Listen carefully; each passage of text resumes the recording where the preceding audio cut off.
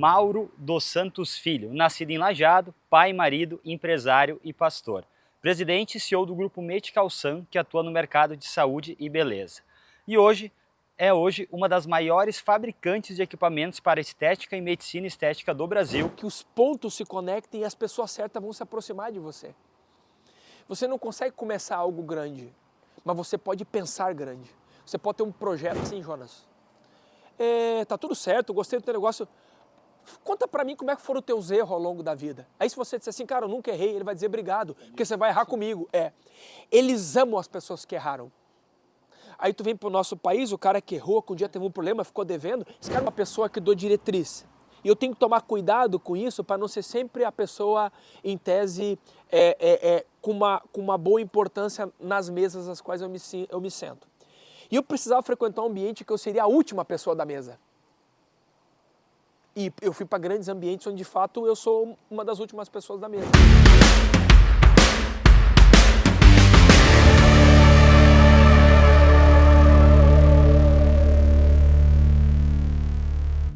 Sejam muito bem-vindos a mais um episódio aqui do Holder Talks. Já estamos no nosso segundo episódio da quinta temporada. Aqui o podcast do Seja Holder, onde falamos aí sobre crescimento pessoal, empreendedorismo e, é claro, finanças pessoais também, que é aí o nosso carro-chefe, o que a gente mais fala aí nas nossas redes sociais. E o nosso convidado de hoje é um grande empresário aqui do Vale do Taquari, que vem expandindo sua marca para o Brasil e para o mundo. Mas antes de a gente iniciar essa conversa, tenho que agradecer aí aos nossos patrocinadores que fazem tudo isso acontecer também. Então, Muscle Suplementos, Gardel Imóveis, Vidraçaria Steffens e Mecânica Rio Branco. E a produção aqui da Beta Design, Arquitetura e Rafa Borghetti. Também lembrando, né, desse espaço maravilhoso aqui da Himmel Beer, né, onde é o nosso conceito aí de podcast totalmente diferente, onde o pessoal também pode vir acompanhar aqui as gravações, então fique ligado aí nas nossas redes sociais, que a gente sempre lança aí as datas e os convidados para que você possa aqui acompanhar as gravações. Isso aí então, pessoal, eu vou apresentar agora o nosso convidado, Mauro dos Santos Filho, nascido em Lajeado, pai, marido, empresário e pastor. Presidente e CEO do grupo Medical Sun, que atua no mercado de saúde e beleza. E hoje uma das maiores fabricantes de equipamentos para estética e medicina estética do Brasil, e sua fábrica está localizada aqui na cidade de Estrela. Mauro, muito bem-vindo, seja muito bem-vindo aí ao nosso podcast, nosso Holder Talks, e eu gostaria que você primeiro aí se apresentasse um pouquinho e contasse um pouco da tua trajetória. Maravilha, primeiramente eu quero agradecer vocês pelo convite, muito feliz quando o Jonas me fez o convite, estou feliz por estar aqui. E chegando aqui também encontrei amigos, encontrei o Rubem, que é meu par, a gente trabalha junto, meu parceiro, e esse lugar lindo. Tenho certeza que a gente vai ter um tempo de muita qualidade, de muito aprendizado. Eu comecei a trabalhar com vendas, e por que eu falo isso? Porque a essência da gente, ela nunca pode ser esquecida, e por muitas coisas que o empreendedor vai desenvolvendo na sua jornada, ele nunca pode esquecer uma coisa. E no meu caso eu sou um vendedor. Então às vezes as pessoas perguntam tua profissão, tua formação, e eu sempre digo para eles, eu sou um vendedor. Eu comecei a trabalhar com vendas em 2004. A empresa ainda era na casa dos meus pais, numa garagem, né? E eu tive a oportunidade de começar a trabalhar com vendas.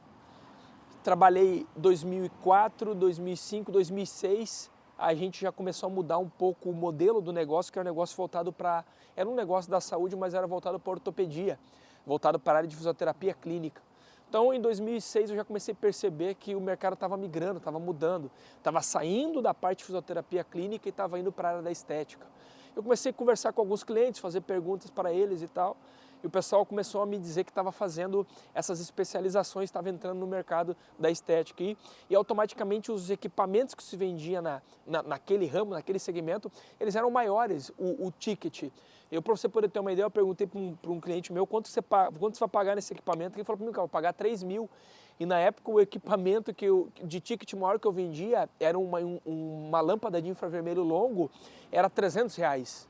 Eu pensei, cara, o mesmo cliente, o mesmo tempo, eu quero vender esse ticket 10 vezes maior, né? Então foi onde a gente começou ali a entrar de fato nesse mercado da estética, trazendo um portfólio de produtos diferentes. E em 2007 eu já tinha 2, 3 vendedores já trabalhando, começamos um projeto de expansão, mas trabalhávamos no Rio Grande do Sul e no máximo no interior de Santa Catarina, no máximo que nós vimos em termos de geografia. Eu vou 2008, 2009, a gente sai da garagem e monta um escritório já no centro de Lajeado. O escritório já tinha um pequeno estoque, tinha uma área para a gente poder receber algum cliente, mas nós devíamos ter na época 40 metros quadrados, não mais que isso. E onde a gente começou ali a fazer essa migração do trabalho e ao mesmo tempo a empresa ela começa a virar uma empresa de verdade, porque quando você está numa garagem de casa, ainda tudo é muito aquela ideia de startup, né? Sim.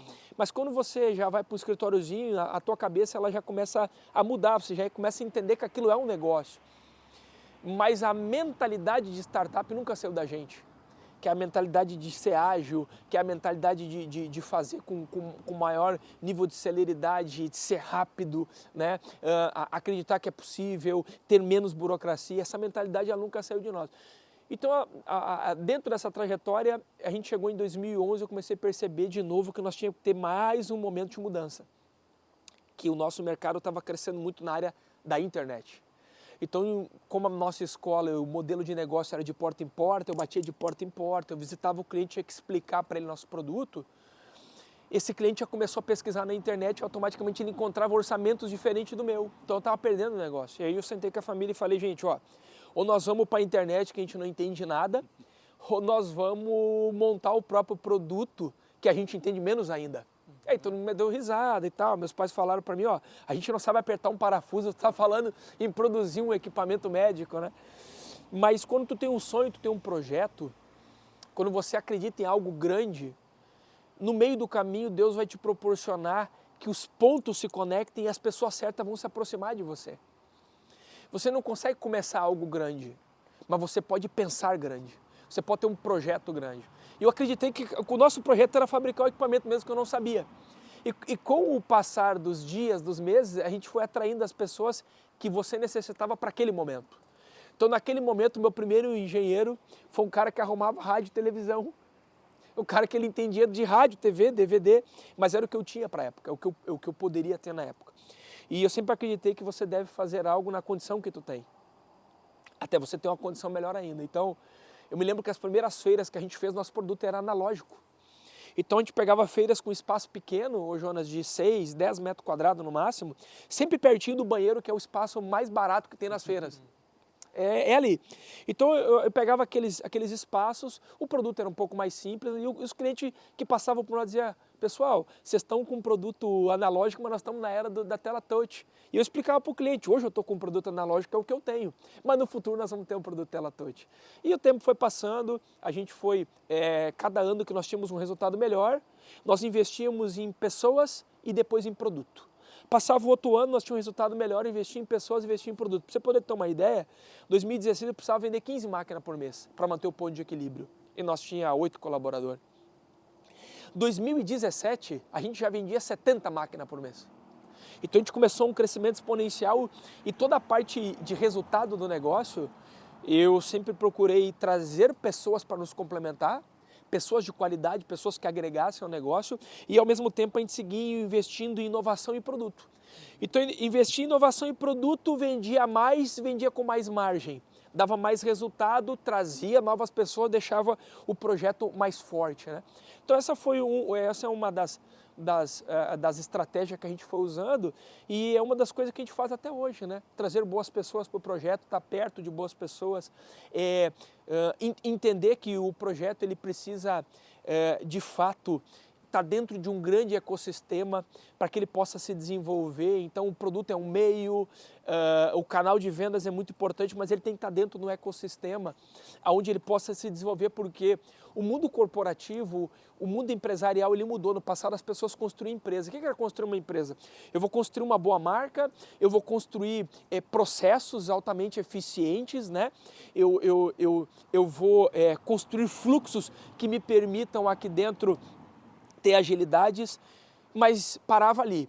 E os dias que nós estamos vivendo, a gente está construindo menos empresas e mais ecossistemas. Sim.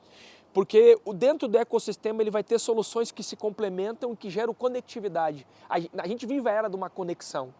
Então você imagina que dentro do nosso negócio hoje, ele tem no ecossistema desde a produção da tecnologia, ao canal de distribuição, ao canal de encantamento, a parte de treinamento, o braço financeiro, a parte toda que envolve um pós-venda, o sistema de upgrade integrado nos equipamentos. Então, conforme ele vai evoluindo, os clientes profissionais, que é o médico, o esteticista, o dentista, o biomédico, a farmácia estética, são profissionais que trabalham autoestima e autoimagem, ele pode se desenvolvendo através de modalidades de compra e venda, através de modalidades de locação, através de serviço que é um modelo de streaming, ele paga aquilo que ele usa do equipamento. Então tudo isso só foi possível porque a gente trabalhou com a mentalidade de desenvolver o ecossistema. Isso é um pouco da jornada aqui. Eu queria tocar em dois pontos que tu comentou, Mauro, que eu achei excelente. Primeiro, uma vez eu escutei algo que me fez refletir muito. Um empresário falando do seguinte modo, diz ele, cara, quando tu tem os teus planos todos alinhados no papel, certo? E tu acredita que aquele plano vai dar certo e vai dar exatamente no ponto como tu colocou no papel, é bem provável que a coisa está errada, porque tu não tem espaço para o plano de Deus, porque o plano de Deus não está no papel. Boa. Tu comentou quando as coisas acontecem, que Deus coloca no caminho as pessoas certas para te fazer crescer, né? E aí isso me chamou atenção. E aí eu trago um outro dado, na verdade, uma pesquisa que hoje tem muitos empresários que dizem, é importantíssimo tu planejar todas as tuas ações, tu ter o plano todo detalhado, e até certo ponto eu concordo isso. Porém, quando a gente vai ver os números, a gente vê quase 90% dos planos hoje traçados falhando. São planos empresariais que não deram certos.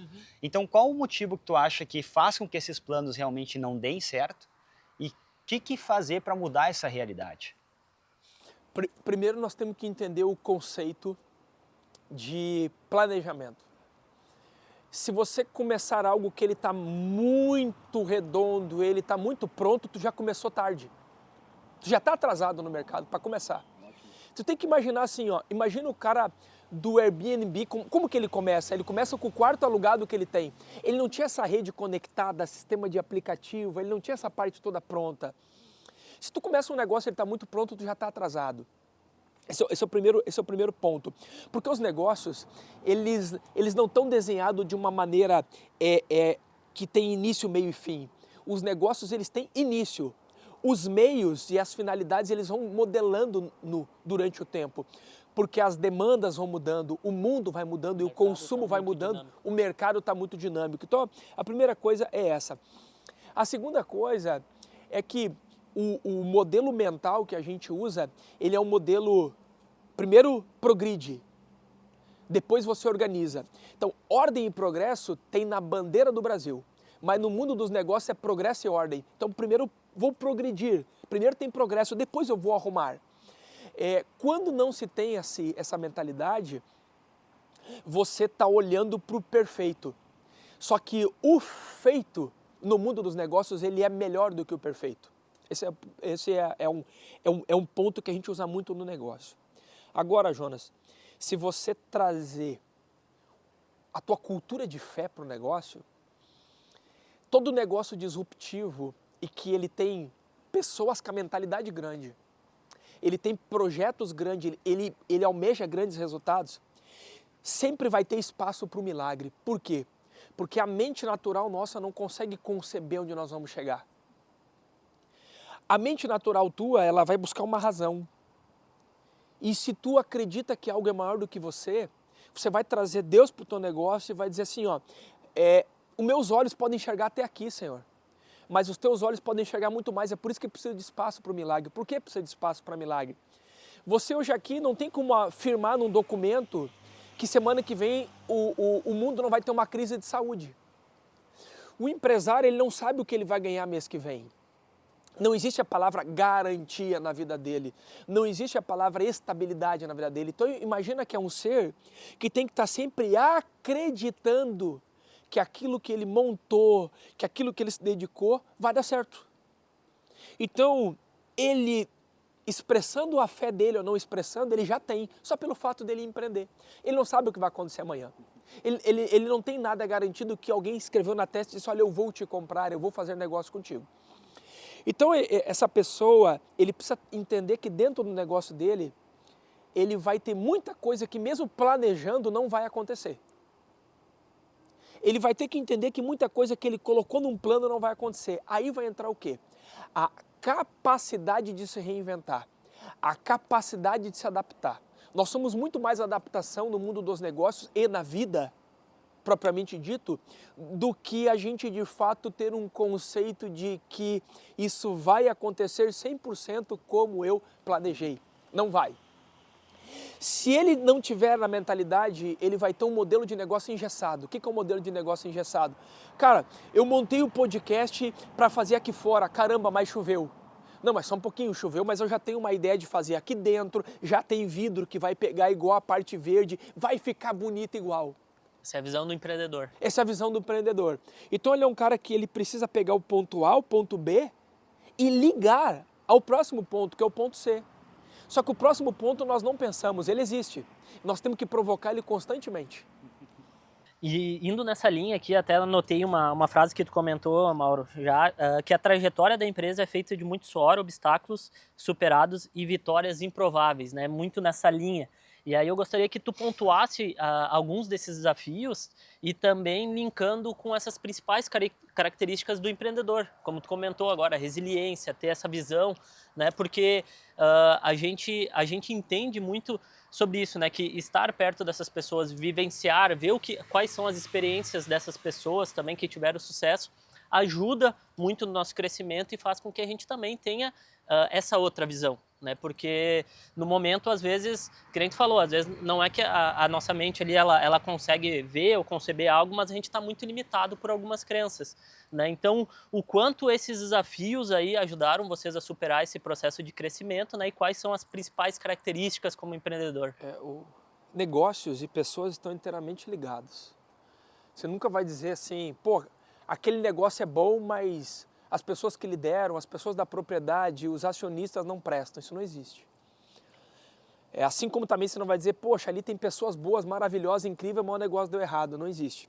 Vai estar sempre ligado o negócio com as pessoas.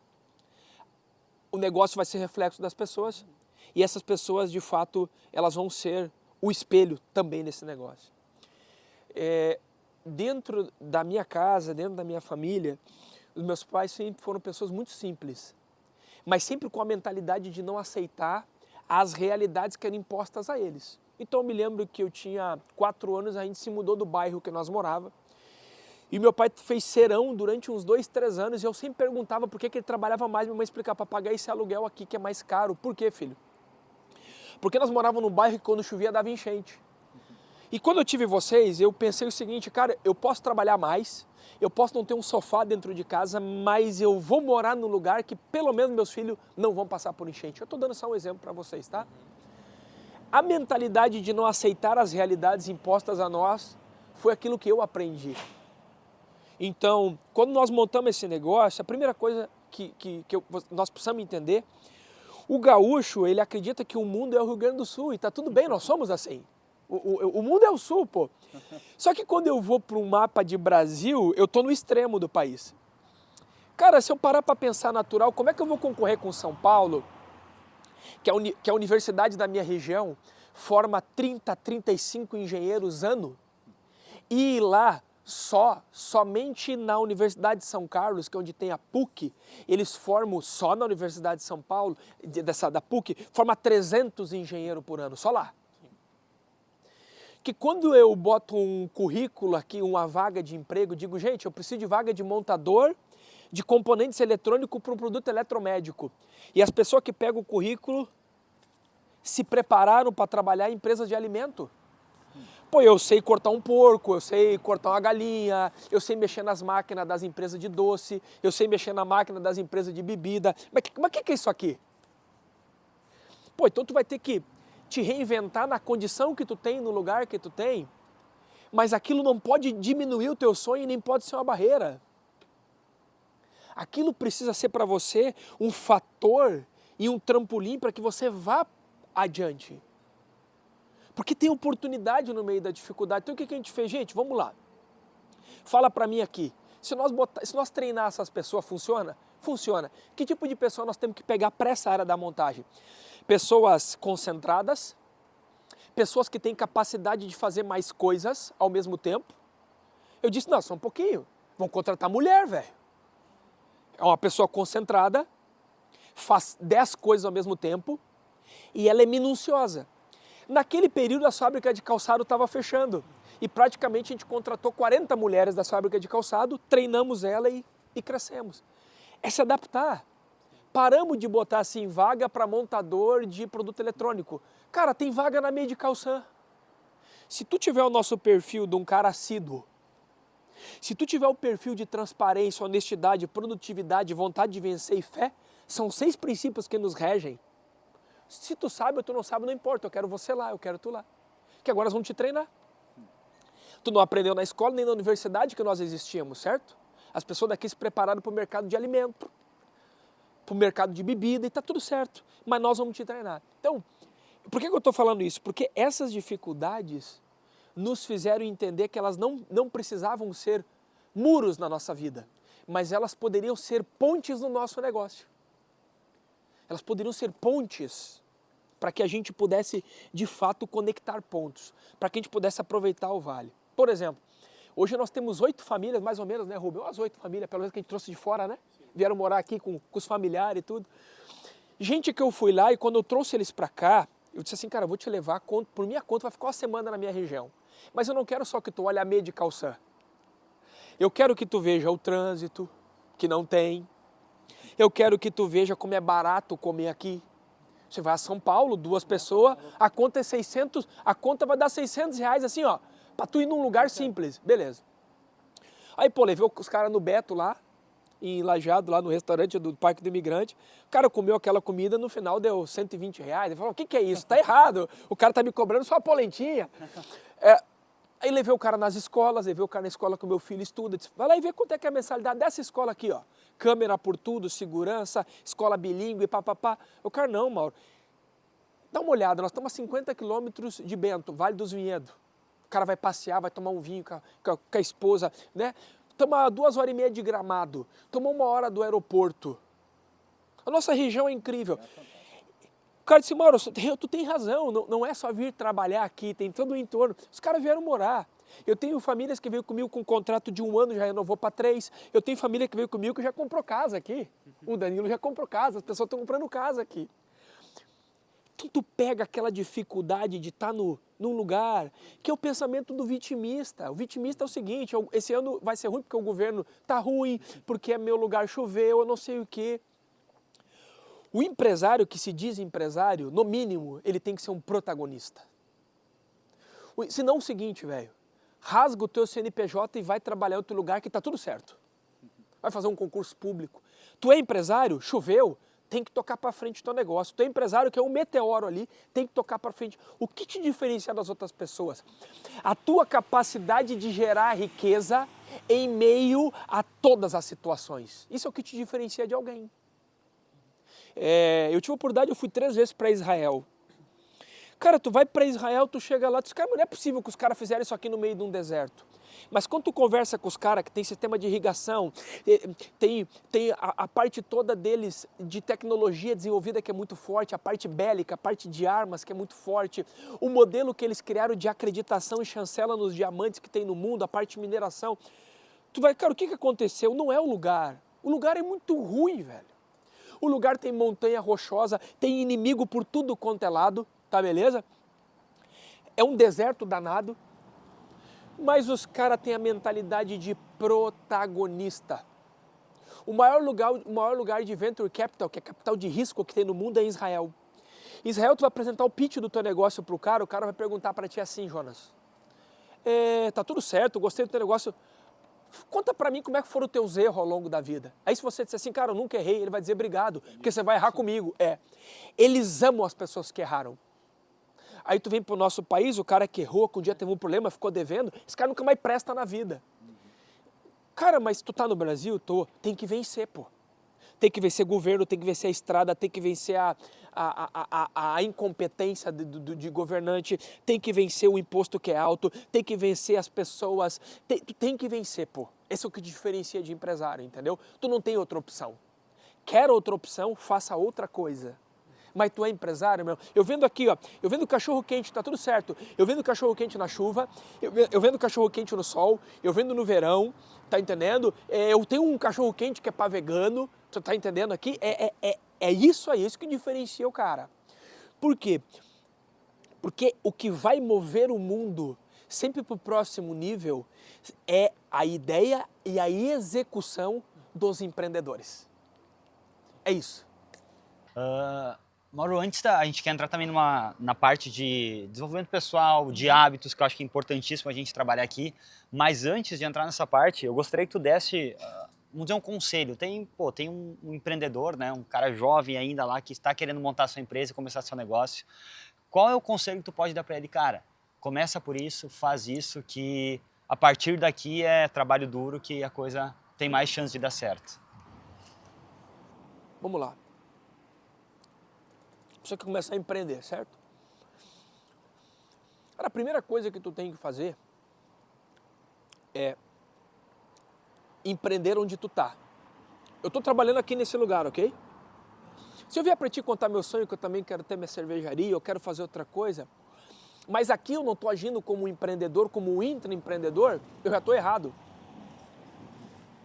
Primeira coisa, tu tem que empreender onde tu tá. Eu tô aqui, eu sou auxiliar de cortador de grama. Sabe qual tem que ser o meu pensamento? Como se eu fosse o dono do serviço. Eu tenho que ter mentalidade de dono. As pessoas querem olhar com romance para o empreendedorismo, mas na verdade não tem a ver com romance, tem a ver com a mentalidade. Então a primeira coisa, tu tem que empreender onde tu tá. Empreende onde tu tá, cria raízes. Deixa portas abertas, faz teste, erra ali, acerta ali. A primeira coisa é, cara, meu pai me chamou para trabalhar com vendas. Eu queria ser o melhor vendedor. Eu não pensei em ter a Medical Sun, eu não pensei em distribuir no Brasil inteiro, eu não pensei em ser empresa número 1 de estrela. Cara, é para vender, eu quero vender, eu quero trabalhar com vendas, eu quero empreender, eu quero dar ideias. Fui dando ideias, trabalhando, empreendendo, mas ele nunca disse que esse negócio é teu, daqui a um pouco, quando eu vejo, eu sou sócio do negócio. Só te cortando um pouco, só para linkar com isso, né? Uma vez eu ouvi falar é muito verdade isso, que no momento que tu tá intraempreendedor, é até mais barato, porque tu tá empreendendo... No CNPJ dos outros, claro, né? Então, claro. Tu tá usando isso como uma experiência de conseguir crescer ali dentro com o recurso de uma outra pessoa, né? Tendo toda essa possibilidade de crescimento e olhando qual o próximo ponto, né? Exato. Estamos falando de um cara de 18, 19 anos, né? Então empreende onde é que tu tá. Segundo, você tem que desenvolver o senso de sacrifício. Isso é difícil. Longo prazo. Isso, porque assim, ó, veja bem, maus hábitos. Eu tenho a recompensa hoje, mas eu tenho que pagar uma conta grande lá na frente. Beleza? Então eu como o que eu quero, eu gasto o que eu quero, eu não cuido do meu corpo, eu falo o que eu quero para as pessoas, tá tudo certo, maus hábitos, ok? Mas lá na frente eu vou pagar. E caro. Bons hábitos é o contrário. Bons hábitos eu pago o preço hoje. Eu me sacrifico hoje. Mas lá na frente eu vou ter a recompensa. A segunda coisa, ela é sempre o senso de sacrifício. Por quê? Porque dentro de um modelo de negócio vencedor, as pessoas que estão liderando, as pessoas que estão empreendendo, elas têm que ter sacrifício o tempo todo. Elas têm que sacrificar um lucro hoje para investir para o negócio na frente. Elas têm que sacrificar até uma coisa que elas gostariam de falar para alguém, mas não pode, cara. Você tem que se dar bem. Você está entendendo que para ti tem coisa que tu vai ter que engolir. Não existe essa história, eu falo o que eu quero. E o nome disso é libertinagem, não é o que eu falo o que eu quero. Poxa, eu tenho que entender que tem coisa que não dá para mim dizer agora. Tem porta que eu vou ter que deixar aberta. Você está entendendo? Tem situações que hoje eu vou ter que, de fato, olhar para a pessoa e dizer que sim. Pô, eu preciso das pessoas. Eu preciso dos ecossistemas que estão ao meu redor. Então eu tenho que aprender a ter sacrifício. Eu tenho que aprender a dizer não para o caixa da empresa e não misturar com o meu. É o maior erro que os caras cometem. cara está indo bem, o que ele faz? Troca de carro, pega um carrão, já começa a elevar o padrão de vida dele. Não tem que ser o contrário. O empresário de verdade, ele tem que viver no mínimo 2 níveis abaixo do que ele poderia viver. E esse cara jovem que tu está me perguntando, ele tem que entender isso. Porque se ele entender isso, ele vai criando oportunidades que no futuro ele vai cada vez dependendo menos de um banco, ele vai depender menos de outras situações e vai aparecer oportunidades para ele. Porque o mundo dos negócios, o teu negócio pode ser assim, certo? Como é o nosso. Só que o mundo dos negócios, ele é assim. Então o que acontece? Quando o mundo estiver baixando, mas você estiver bem, vai ter oportunidade. Oportunidade para comprar alguém, oportunidade para pegar, para assumir uma operação que não era tua, oportunidade para tomar um contrato que não era teu antes. E quando ele aumentar, você já está num ramp-up, você já está numa curva exponencial. Só que você já está numa situação que agora é uma hora de colher, porque você plantou muito lá atrás. Está conseguindo aqui me entender? Certo? É aquela pessoa que você valorizou, investiu nela e tirou um pouco menos para ti, porque esse cara vai te ajudar lá na frente. Então, esse senso de sacrifício, Jonas, ele tem que ter nesse cara jovem, ele tem que aprender o senso de sacrifício. Tá certo? E aí eu só queria complementar, daí a terceira coisa que é muito importante, o empresário não tem que fazer aquilo que ele acha legal, que ele gosta. Ele tem que fazer aquilo que as pessoas vão comprar. Deixa eu te contar uma coisa.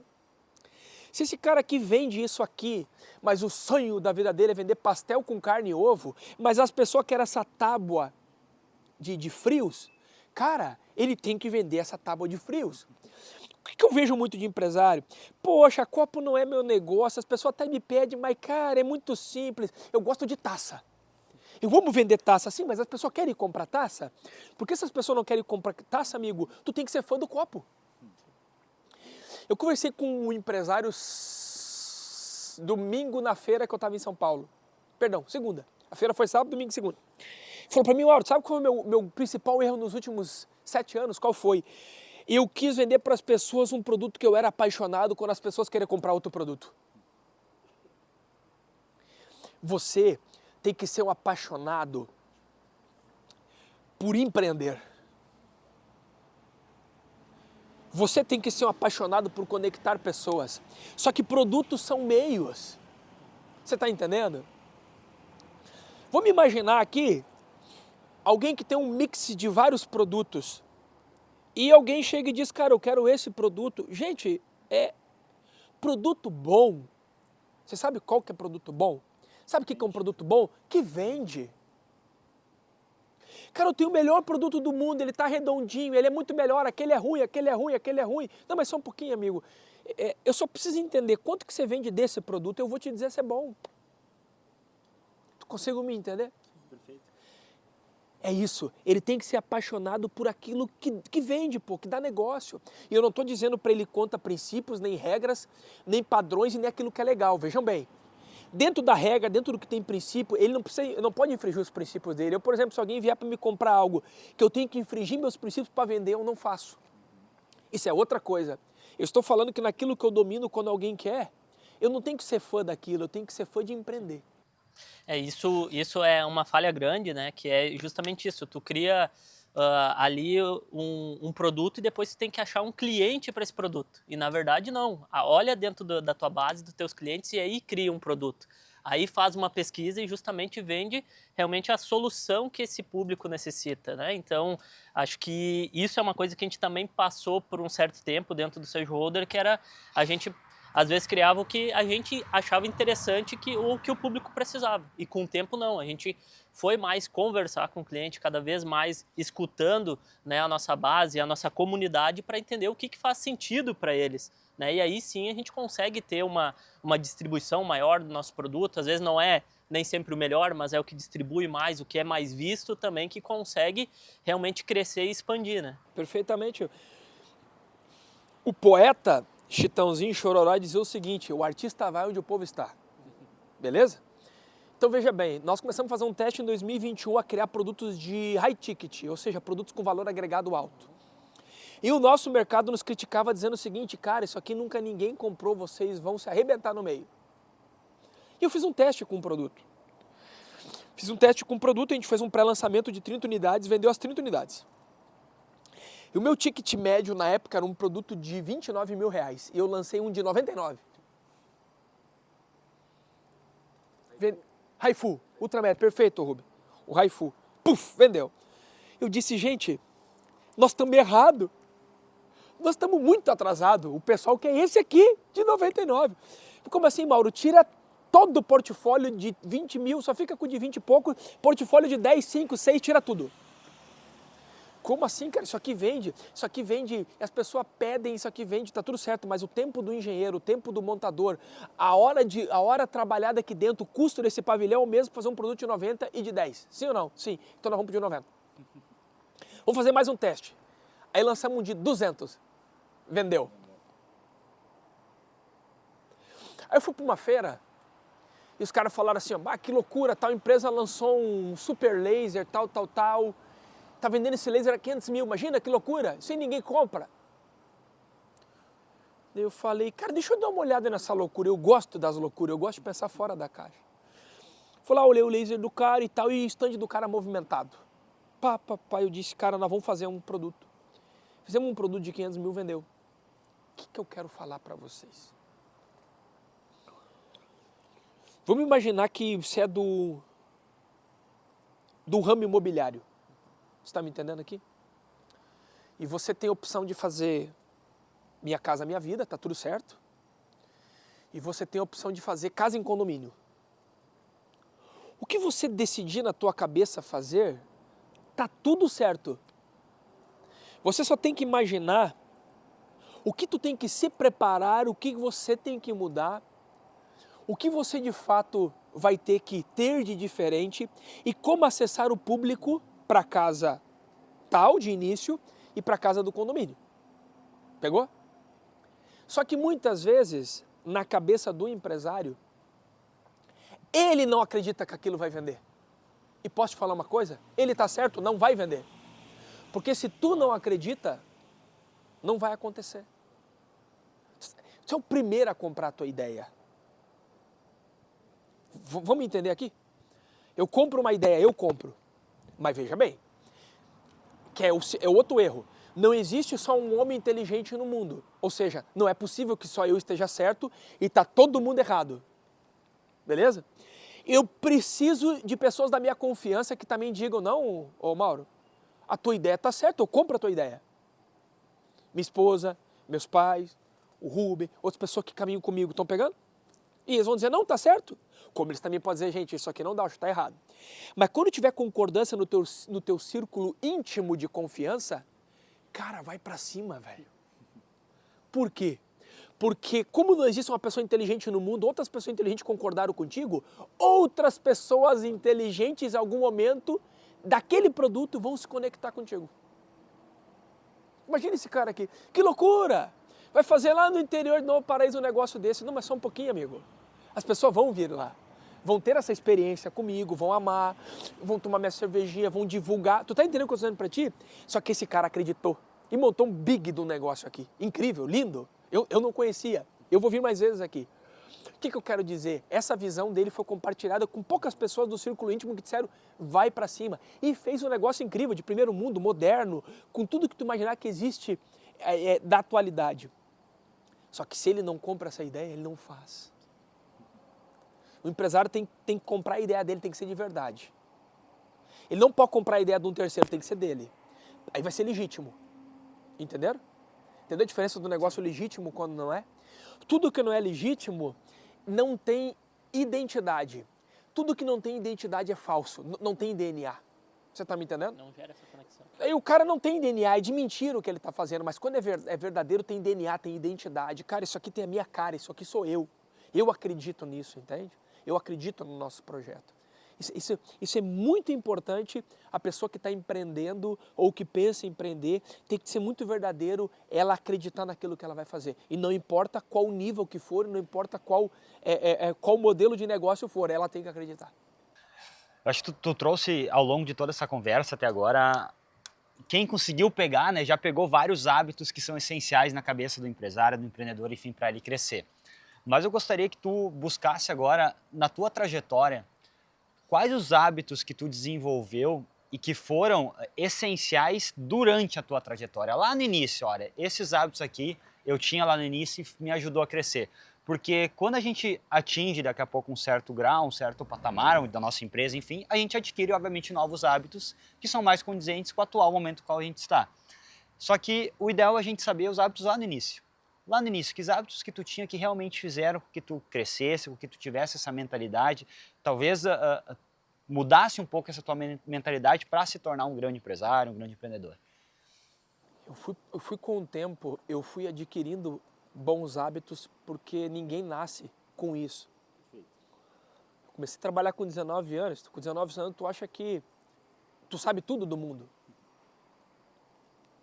Com 19 anos eu conhecia Teutônia, Montenegro, não conhecia mais do que isso de cidades, eu ir dirigindo. Mas tu acha que tu sabe tudo. Com 19 anos tu acha que tu sabe conversar, tu não sabe. Com 19 anos tu acha que tu sabe ler as pessoas e tu ainda não sabe. Tu é muito jovem. Então eu sempre fui o cara que eu errei muito para aprender com meus erros. Porque o cara que sabe pouco, e ele sabe que sabe pouco, ele vai mais devagar. O cara que sabe pouco e não sabe que sabe pouco, ele acelera e dá com a cara nos muros, enfim, eu sou esse segundo, eu fui esse segundo cara. Eu não sabia que eu não sabia. Então eu acelerava e me debatia. E eu tive que ir aprendendo com meus erros. Mas o principal hábito que eu queria compartilhar com o pessoal, esse, quando eu desenvolvi, eu levo ele até hoje. Que é a história de como você come um elefante, né? Você não tem como comer um elefante inteiro, você tem que comer por partes. Então eu aprendi na minha vida a separar as coisas. Um problema desse tamanho, se eu fracionar ele, vão ficar pequenos probleminhas para mim resolver. Uma meta muito grande, eu fraciono ela em pequenas metas, onde eu divido por dia, por semana, por mês, beleza. E quando eu comecei a descobrir isso, eu saía para trabalhar, vamos imaginar que eu tinha que vender 10 equipamentos numa semana. Na minha cabeça eu tinha que vender um. Depois, mais um. Depois mais um. Opa, ganhei o dia, porque é 3 por dia. Deixa eu dormir, amanhã eu tenho que vender mais um. Então eu fui desse jeito. As contas para pagar a mesma coisa, o pessoal se apavorava, só um pouquinho, pega o boleto menor que tem. Ah, tem um de 2.000 e tem um de R$28. Me dá o de 28. Ê, pagamos um boleto. Agora vamos no de 100. Porque se tu não é fiel no pouco, tu não vai ser fiel no muito. Se tu não entender que tu tem que separar as coisas, quer ver? As pessoas, gente, estamos com um grande problema lá. Tu chega lá, não tem um grande problema, porque tu vai trabalhando o destrinche do problema e tu vai descobrir que ele é um problema específico. Bom, depois as pessoas falam assim, ó, só para vocês entenderem, ó, tá tudo errado. As pessoas mais gostam de falar, tá tudo errado, mas quando tu chega não é que tá tudo errado, pô. O pula-pula foi montado certinho, isso aqui foi montado certo, mas tem uma cadeira que ela está em falso, então não está tudo errado. Eu tenho um problema numa cadeira no pé esquerdo dela, dianteiro. Entenderam a diferença? E aí eu comecei a entender que não é quando, veja bem, não é quando uma coisa dá certo que está tudo certo, e não é quando uma coisa dá errado que também está tudo errado. E me ensinou a resolver problemas isso. Então o pessoal chega com assim, calma, agora nós vamos destrinchar esse problema e nós vamos de fato entender onde que ele está. Você pode levar isso para as suas relações. Você está lá com sua esposa, com o namorado, enfim, ela, pô, tu sempre me trata mal, tu sempre me deixa mal, não, só um pouquinho, vamos entender o sempre, quando tu vê, é aqui que eu estou pecando. Não é o sempre, não é toda vez, mas é o jeito das pessoas se expressar. O empresário não pode pegar isso, esse problema grande, e não fracionar, ele tem que fracionar.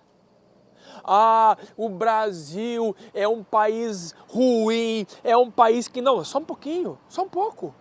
Todo dia surge um milionário no Brasil. O Brasil é um país incrível para você empreender, porque é as dificuldades dele que geram as oportunidades. Então vamos entender. Aí quando você de fato começa a ver, vamos lá, as pessoas do nosso país são incríveis. É um dos poucos lugares no mundo que trabalha sorrindo. O brasileiro trabalha sorrindo. O brasileiro trabalha rindo, cara. Tá entendendo? O brasileiro de verdade ama trabalhar, pô. Tá entendendo? E não importa se é do Sul, se é do Nordeste, o brasileiro ama trabalhar. Ele ama empreender.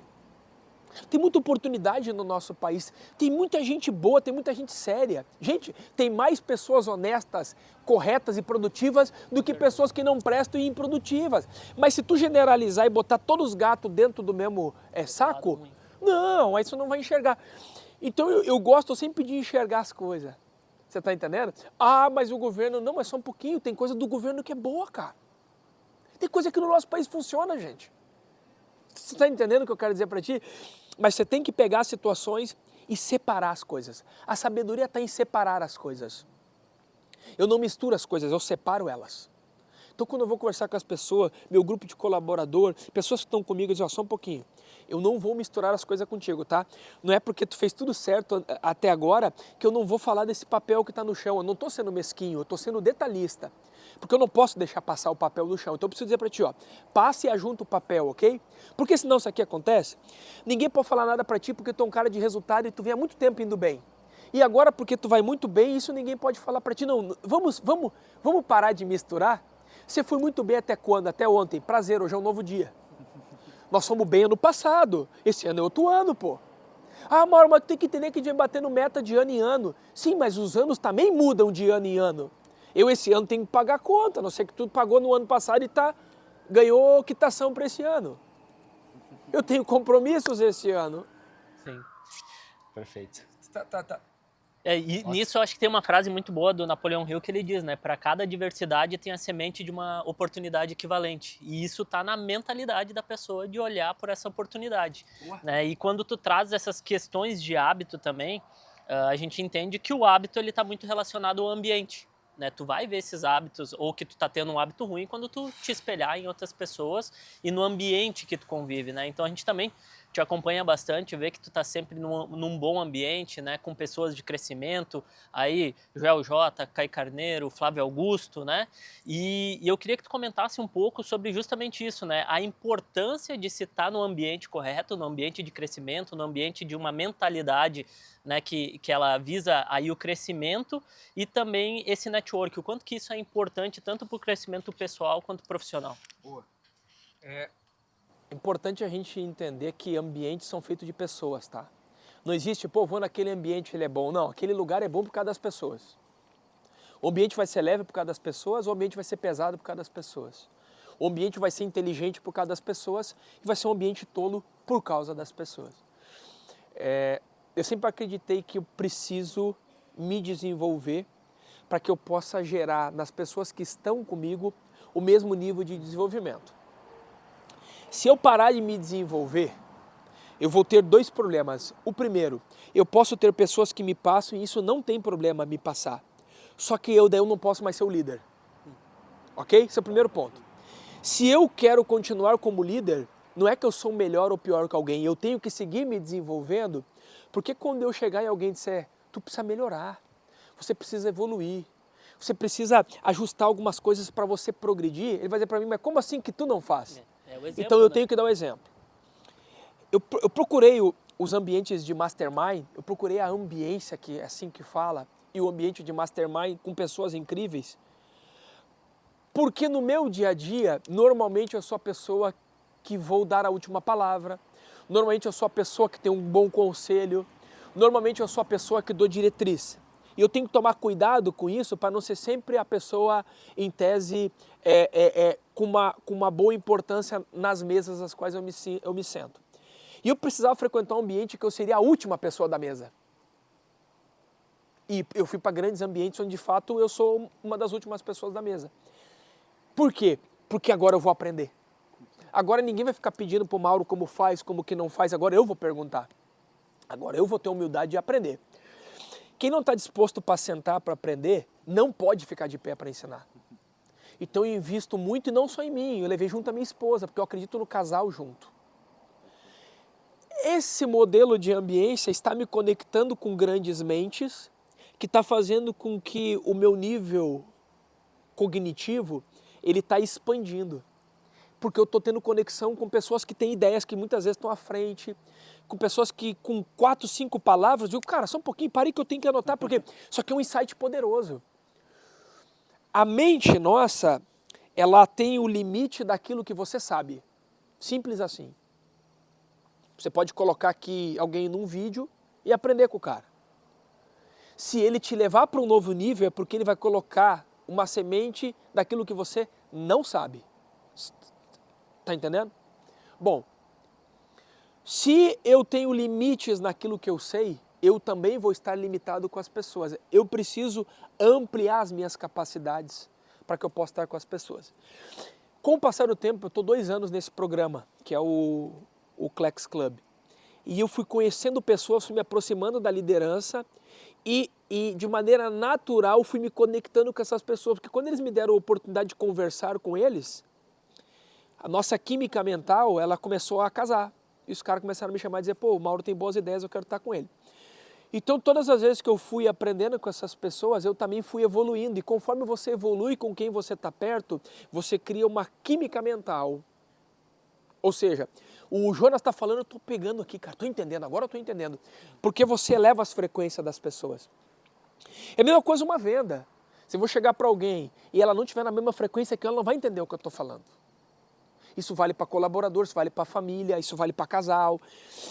O papel do mastermind neles é elevar a tua frequência. Quando o cara eleva a tua frequência, tu começa a entender o que ele está falando. E eu uso isso muito no nosso dia a dia. Criar ambiências. As pessoas que estão comigo são pessoas incríveis. Eu tenho tranquilamente o melhor grupo de colaboradores, de líderes, de executivos do Brasil. Por quê? Não é porque eles estão comigo, é que são pessoas que constantemente se desenvolvem. São pessoas que constantemente estão aprendendo. E qual é a melhor maneira de você aprender? É ensinando. Aí entra o processo da multiplicação. Então essas pessoas que estão conosco, eles sentam, eles conversam com o liderado. Ele diz, cara, anota o processo aí. Anota dessa forma. Tu tem ideias para dar? Poxa, vamos conversar. E aí o ambiente ele vai evoluindo. Por que ele vai evoluindo? Porque ele não tem uma disputa. Veja bem. Mas ele tem o sentimento de equipe. Qual a diferença de uma disputa? Na disputa eu sou teu rival. Mas na equipe eu quero que você vença porque eu vou vencer junto também. E a gente tem trabalhado muito no nosso grupo esse ambiente de equipe. Qual é que é o ambiente de equipe?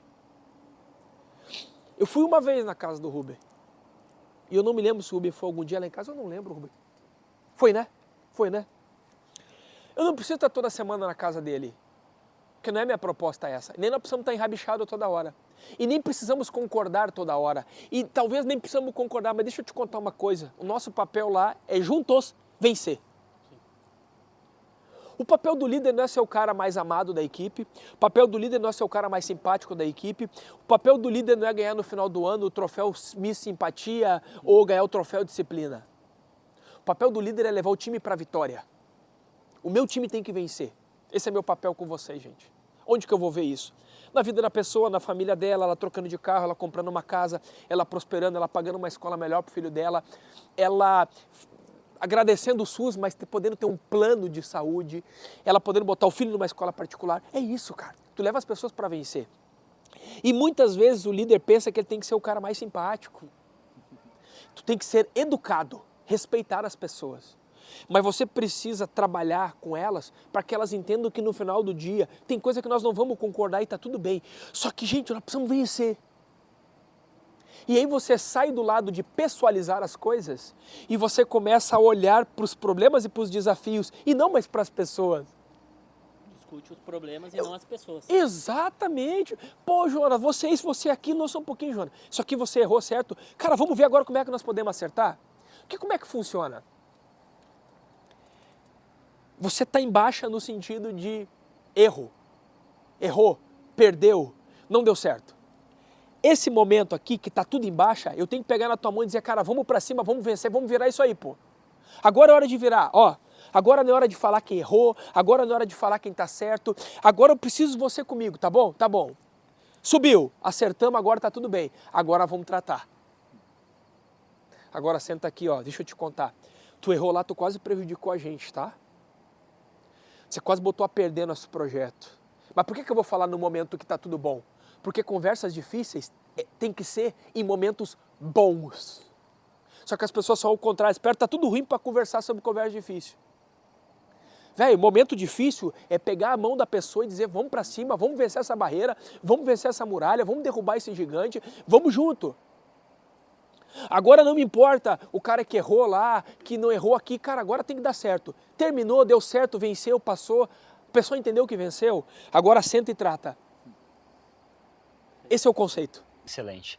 Mauro, acho que a conversa tá excelente, pessoal. Acho que tá gostando bastante. A gente tá só aprendendo, né, Thiago? Tá anotando bastante, guardando. Anotando bastante. Bom que fica gravado, então depois a gente pode recapitular aí. Exato. Mas o nosso produtor já comentou que a gente tá indo aí para os finalmente, né, no horário, né? Mas a gente gosta sempre de trazer uma pergunta final, que a gente chama que é a pergunta de ouro, né? Deixa eu até antes disso, né, ver se o pessoal também tem alguma pergunta aí. O pessoal tem alguma pergunta para o Mauro? Aí, né? Exato. Aproveitar que a gente tem a plateia aí, se alguém tem alguma pergunta, antes de a gente fazer aí a pergunta de ouro. Uma pergunta, pessoal? Não? Tudo certo? Mas vão pensando, e podem fazer Vão pensando depois. qualquer coisa. Não, e depois também e depois também fora também dá pra gente falar, tá tudo certo. Bom, nós temos essa pergunta final, né? Que a gente gostaria de saber, a gente acha que faz com que a pessoa reflita bastante sobre toda a trajetória dela. Que a gente gostaria de saber de ti qual foi o melhor conselho que você já recebeu. Caramba, isso é muito bom. Recebi muitos conselhos bons, sou um privilegiado. Eu fui criado num lar com pai e com mãe e tenho uma esposa incrível, que são as pessoas que eu mais ouço na minha vida. Dificilmente eu vou fazer alguma coisa se eu não conversar com a minha esposa, sentir paz nela, né? Eu tive muitos conselhos bons. Eu tive um da minha mãe, que eu estava jogando futebol quando eu tinha 15 anos. Eu tinha saído de um time de categoria de base, eu queria para um outro. Ela falou, filho, mesmo como se fosse hoje, ela mostrou na perna dela assim, ó. Muitas vezes na vida, a gente quer um ponto maior para nós. A gente não quer, ninguém quer diminuir padrão, ninguém quer. Mas às vezes na vida, é melhor a gente dar alguns passos para trás, para depois dar grandes saltos para frente. Eu guardei aquilo para mim. Isso eu levei para minha vida, então eu sou um cara que eu não tenho problema em pedir desculpa para ti e te pedir perdão se eu errei. Eu sou um cara que eu não tenho problema em dizer, gente, vamos voltar atrás, eu estava errado, não era água que as pessoas queriam, agora as pessoas querem suco. Vou pagar isso aqui, eu estou errado, eu vou assumir. Eu sempre fui um cara que eu não tive problema em alguns momentos dar alguns passos para trás para depois dar saltos para frente. E aquilo me trouxe muito clareza de onde eu ia chegar. Então, às vezes, a pessoa ela não quer descer de algum status quo que ela criou. Mas a vida não é assim. No final do dia, tu tem que responder sempre para você. No final do dia, você tem que agradar você. No final do dia, tu tem que te preocupar contigo. E aquilo que está ao teu redor não é tão importante. Então, assim, se o empreendedor tem que vender um carro, tem que trocar de casa, para botar o negócio dele em dia, ele não precisa ter vergonha daquilo. Eu fui morar aqui no interior, em Linha Geral, eu morei 3 anos no interior, porque eu fiquei 3 anos sem poder tirar dinheiro do negócio. Então eu fui morar numa casa mais simples, onde eu fazia 4, 5 quilômetros de estrada de chão, perdi a vontade. Morar no interior foi incrível, só que ele me tirou a vontade de querer lavar o carro. Não adiantava, Rubem, eu lavava hoje e 20 minutos depois eu dizia, cara, que loucura, eu vou parar de lavar o carro, não sei porque que eu estou lavando o carro ainda. Mas foi um tempo maravilhoso. Na minha casa, quando chovia, as pessoas não podiam subir porque tinha barro, eu não tinha feito uma pista para elas subirem. Mas eu precisei dar aquele passo para trás porque não precisava botar dinheiro no negócio, né? Precisava arrumar algumas coisas que estavam erradas. Então, eu tenho vários conselhos incríveis, mas eu tenho esse conselho da minha mãe que eu sempre nunca esqueço. Então ela falou para mim, muitas vezes você vai ter que dar alguns passinhos para trás para dar um salto para frente. Excelente. Eu sempre digo às pessoas, a gente tem o costume de, às vezes, querer se comparar com as outras pessoas, né, buscar ter medo do que os outros vão pensar da gente. E, no fim das contas, eu sempre digo, quando a gente deita a cabeça do travesseiro, os únicos problemas que a gente lembra são os nossos. E assim é todo mundo, né? Acho que a gente tem que parar um pouco de dar bola e se espelhar do que os outros vão pensar da gente. E sim usar um espelho como motivação, de querer chegar, querer alcançar um ponto maior, porque no final do dia os nossos problemas são quem interessa. São o que interessa pra gente mesmo. Mauro, então quero te agradecer aí pela essa oportunidade, pela essa conversa, com certeza agregou para nós, para o pessoal que está acompanhando aqui, pessoal que vai ver a gravação também, né? Muitos insights, muita coisa a compartilhar. Esse é o nosso objetivo, né? Trazer pessoas vencedoras, trazer essa experiência. Então te agradecer muito por todo esse conhecimento de hoje, né? E a gente também sempre pede aí para deixar as redes sociais ou de que forma o pessoal pode continuar aí essa conversa. A gente já está aí há quase 1 hora, parece que foi 10 minutos, então com certeza o pessoal aí que está nos escutando também vai querer saber mais de que forma que eles podem te procurar. Não, maravilha, tem o Instagram, é Mauro Santos 1984, pode começar a seguir lá, pode me chamar no direct, sempre quando eu tenho tempo eu acabo respondendo todo mundo, né? Talvez eu não vou conseguir num primeiro momento, mas no tempo eu vou e vai ser um prazer compartilhar. Perfeito. Galera, muito obrigado então a quem está assistindo esse podcast e claro, não posso esquecer, né, de quem está nos apoiando aqui para conseguir desenvolver toda esse cenário que vocês estão vendo, até o alimento, né? Quem ajuda aqui é os patrocinadores, né? Bonita Tábua aqui. Muito gostoso. E tá gostoso, exato. Bom, agradecer a Rimmel Beer então pelo espaço e claro, aos nossos patrocinadores, a Múscula e Suplementos, a Gardel Imóveis, a Vidraçaria Steffens e também a Mecânica Rio Branco. E os produtores, você achou que eu ia esquecer? Não esquece. Os produtores aqui desse podcast, né? Beta Design Arquitetura e o Rafa Borghetti. Então vamos até o próximo episódio, pessoal. Muito Valeu. obrigado. Fechou? Boa. Muito bom, muito bom. Boa.